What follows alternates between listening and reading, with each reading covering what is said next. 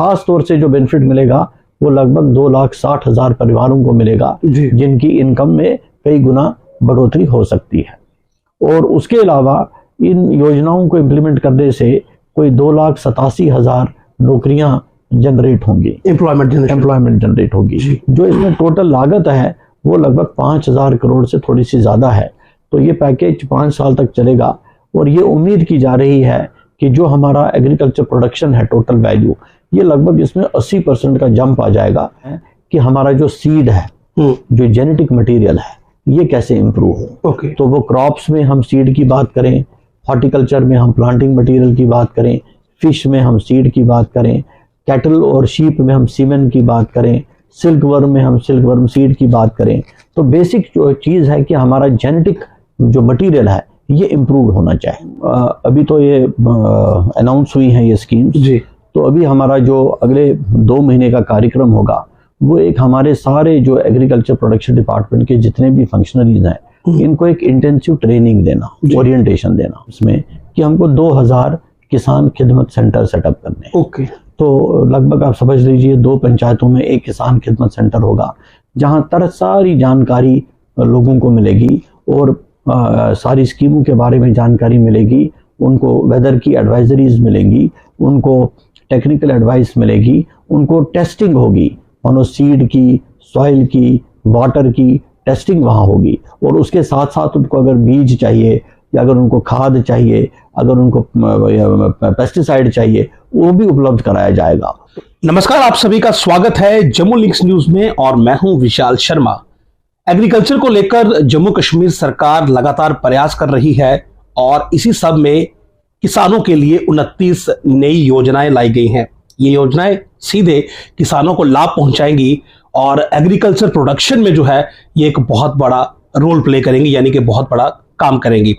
ये 29 योजनाएं क्या है और कितना इनमें एक्सपेंडिचर यानी कि खर्च होगा और कैसे इसका लाभ किसानों को मिलेगा, ये सब जानने के लिए मेरे साथ मौजूद हैं फाइनेंशियल कमिश्नर और एडिशनल चीफ सेक्रेटरी अटल डुल्लू जी। सर, आपका बहुत बहुत स्वागत है। सर, एग्रीकल्चर में अभी हाल ही में हमने देखा कि 29 नई जो योजनाएं हैं, जो प्रपोजल है वो लाए गए हैं और जो फार्मर्स है उनका डायरेक्ट इसमें बेनिफिट है। जानना चाहूंगा ये 29 योजनाएं इन ब्रीफ है क्या और कैसे जो फार्मर्स, जो किसान है, उन्हें इनका लाभ मिलेगा। जी, आप जानते हैं कि जम्मू कश्मीर में लगभग 13 लाख से ज़्यादा जो परिवार हैं जो खेती और एलाइड सेक्टर से जुड़े हुए हैं। तो जितने भी लोग, जो हमारा वर्क फोर्स है जम्मू कश्मीर का, इसका लगभग आधा 50% वो खेती पर डिपेंड करता है जी। तो इनकी ग्रोथ रेट बढ़ाने के लिए, इनकी आमदनी में इजाफा करने के लिए एक एपेक्स लेवल कमेटी का गठन किया गया जिसकी अध्यक्षता डॉक्टर मंगला राय जी ने की। वो फॉर्मर डीजी हैं ICAR के। उसके साथ बड़े जाने माने साइंटिस्ट और ऑफिसर्स, भारत सरकार के ऑफिसर्स और दूसरे राज्यों के साइंटिस्ट और हमारे 2 वाइस चांसलर्स, हम सब उसमें इन्वॉल्व थे उस एपेक्स कमेटी में।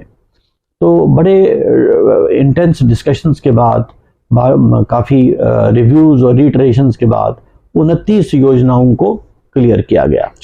तो इन 29 योजनाओं से जो हम एक्सपेक्ट करते हैं कि कुल मिलाकर हमारे जो 13 लाख परिवार हैं, इन सब की जो आर्थिक सुरक्षा जो है ये इंश्योर की जाएगी, इनकी लाइवलीहुड सिक्योरिटी इंश्योर की जाएगी। और ख़ास तौर से जो बेनिफिट मिलेगा वो लगभग 2,60,000 परिवारों को मिलेगा जिनकी इनकम में कई गुना बढ़ोतरी हो सकती है।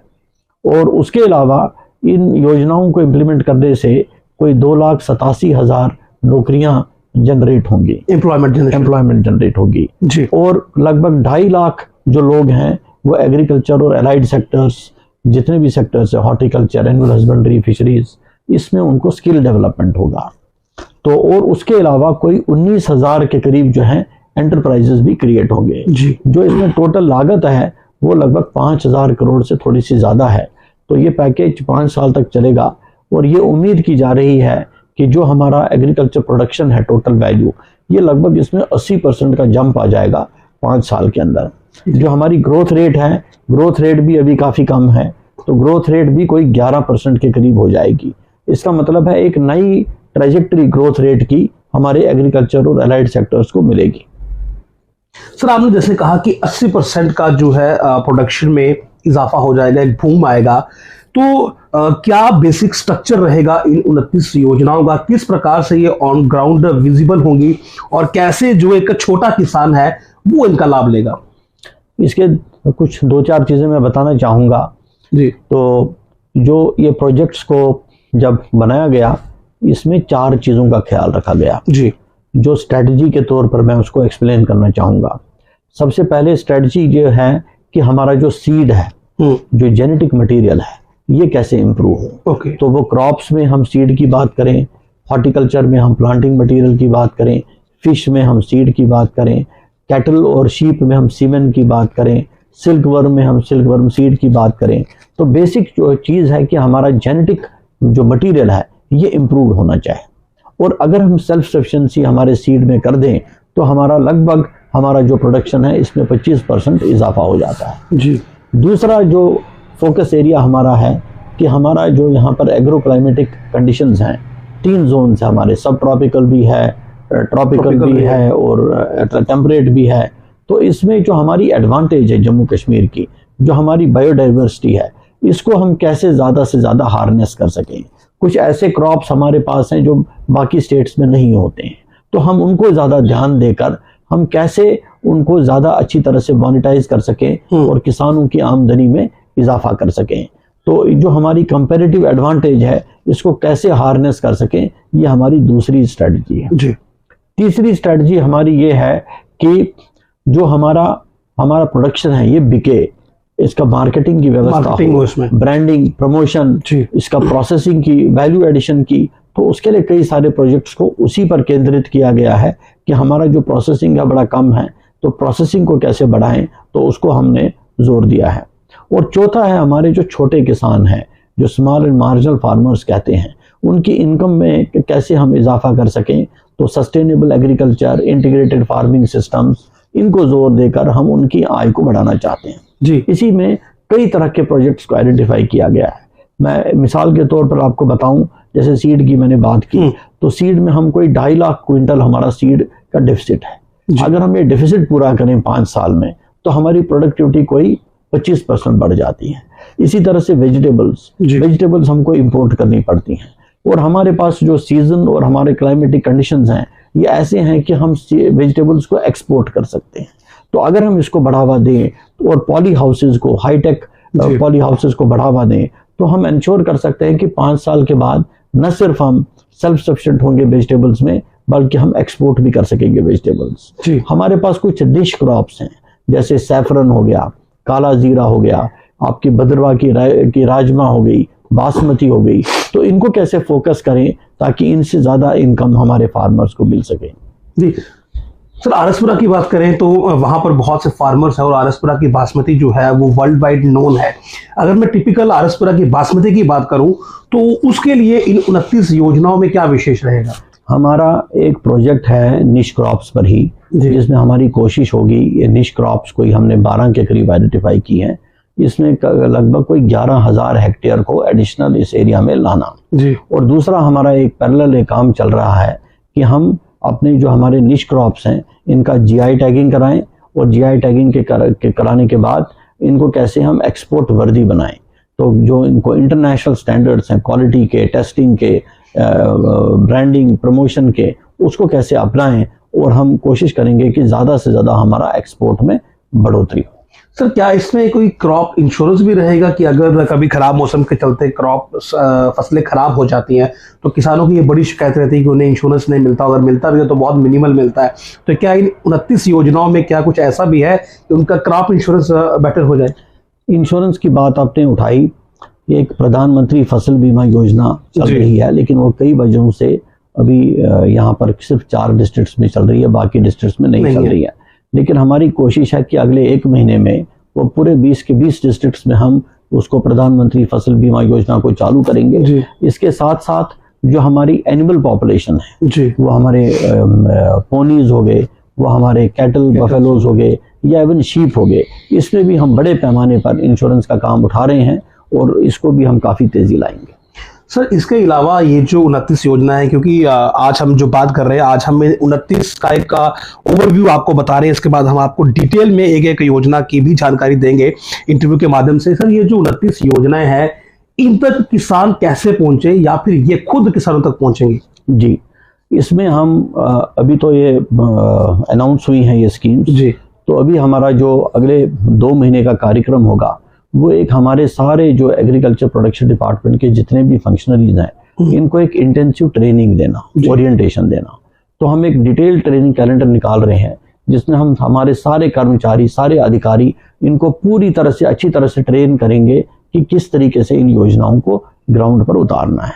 उसके अलावा दूसरा, हम एक IT सिस्टम डेवलप कर रहे हैं जो मुझे लगता है कि 1 महीने के अंदर अंदर हमारा तैयार होगा। तो उसके बाद फिर किसान को ऑनलाइन अप्लाई भी कर सकते हैं, ऑनलाइन उसकी सारी प्रोसेसिंग होगी, सारी अगर सब्सिडी मिलनी होगी वो तो ऑनलाइन ही मिल जाएगी, उसके अकाउंट में चली जाएगी, तो उसको कहीं जाने की ज़रूरत नहीं पड़ेगी। और हम चाहते हैं कि इन योजनाओं की ज़्यादा से ज़्यादा पब्लिसिटी हो और लोगों तक, किसानों तक पहुँचे।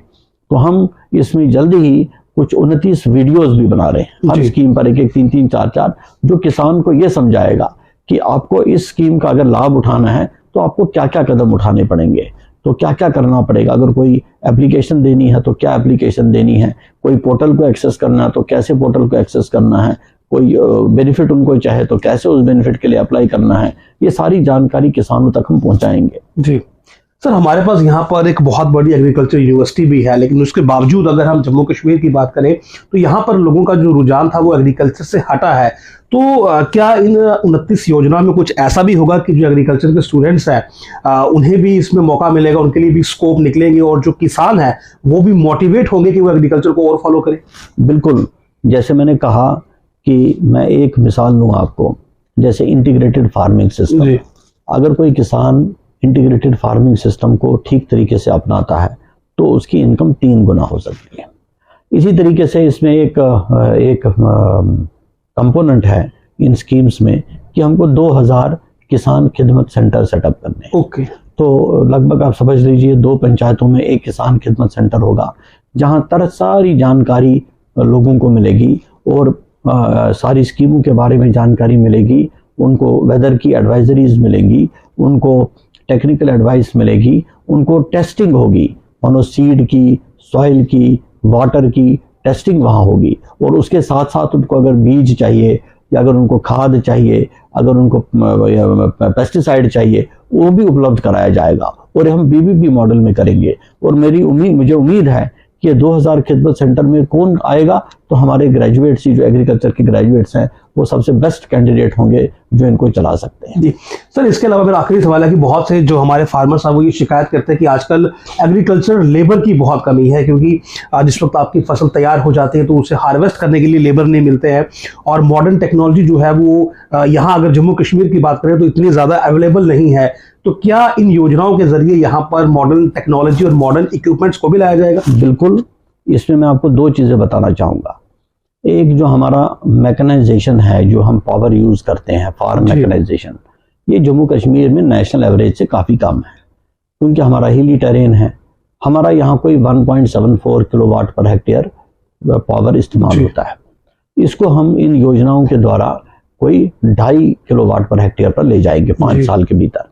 और इसके अलावा कुछ हाई टेक्नोलॉजी जैसे sensor based poly houses, smart technologies, artificial intelligence, इनका भी प्रयोग किया जाएगा और इनके भी कुछ हम ये पायलट प्रोजेक्ट्स भी उठाएंगे, जिससे हम ये इंश्योर करें कि किसानों को इन टेक्नोलॉजीज का फ़ायदा मिले।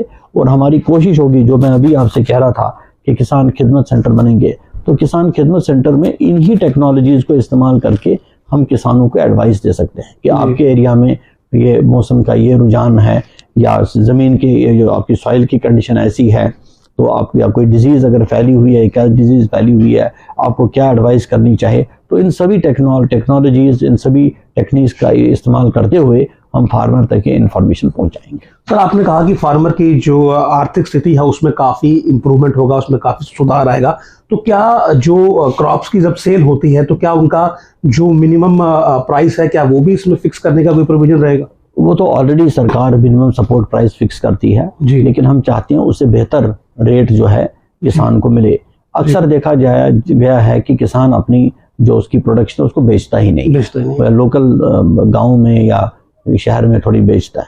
तो मंडियों को मुस्तहकम करना, इनको एग्रीगेशन कराना, फार्मर प्रोड्यूसर ऑर्गेनाइजेशन सेटअप करना, इसका ग्रेडिंग सॉर्टिंग कराना, अगर हम फलों की बात करें तो इसके